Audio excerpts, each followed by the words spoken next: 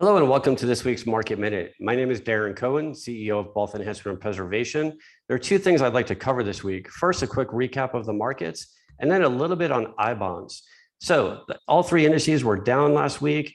The NASDAQ was down more than 2.5%, S&P 1.17, Dow was down the least at 0.81%.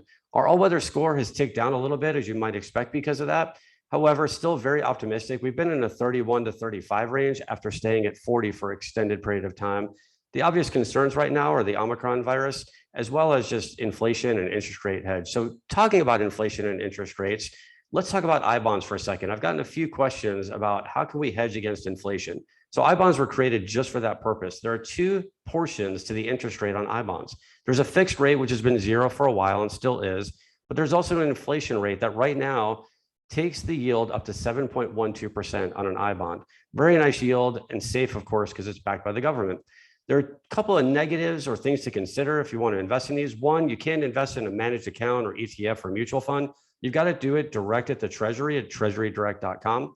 Two, it is a 5-year investment. You can sell it after 1 year. However, you will take a 3-month penalty if you sell within the 5-year period. The third thing is you can only buy $10,000 per year per individual. So if you're a married couple, you can invest $20,000 a year. All that said, I think it is a great way to get some safe yield in a rising interest rate environment. If you have any questions, give us a call. Check out the website, wealthep.com. We'll see you next week.